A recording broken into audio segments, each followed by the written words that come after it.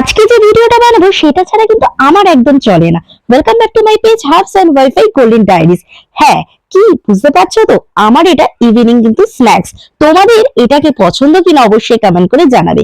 নিয়ে নিয়েছিলাম আমাদের পাশের দোকান থেকে ফুচকা, আর এই ফুচকাটা কিন্তু খেতে অসাধারণ টেস্ট। তো আমার ইভিনিং হলেই কিছু মুখরোচক খাবার লাগবে।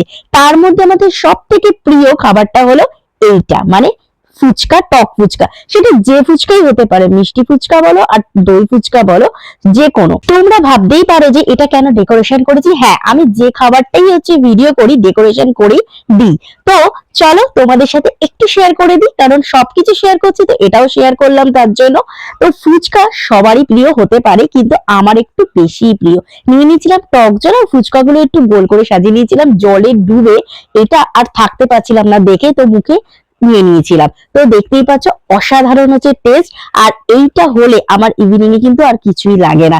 সেটা মোটা হও রোগা হও যাই হও, ফুচকা ইজ মাস্ট ইম্পর্টেন্ট আমার ক্ষেত্রে।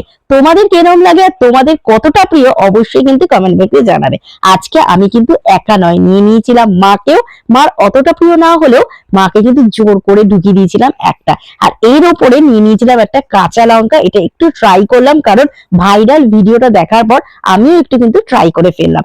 আমার তো জাস্ট ফাটাফাটি লাগলো। আর ঝাল ছাড়া মানে লঙ্কা ছাড়া ফুচকাটা অসম্পূর্ণ। তো দুজনে মিলে গোলগাপ্পা খেয়ে নিলাম। তো প্রত্যেকদিন একা খাওয়া হয়, তো এটা যেহেতু আমি বাইরে থেকে কিনে নিয়ে এসেছিলাম, তাই দুজনে মিলে একসাথে খেলাম। তো তোমাদের সাথে জাস্ট একটু শেয়ার করলাম, সবটাই শেয়ার করলাম, ভাবলাম এটাও শেয়ার করে দিই। ভিডিওটা ভালো লাগলে একটা লাইক করে দিও, সাবস্ক্রাইব করে দিও চ্যানেলটাকে।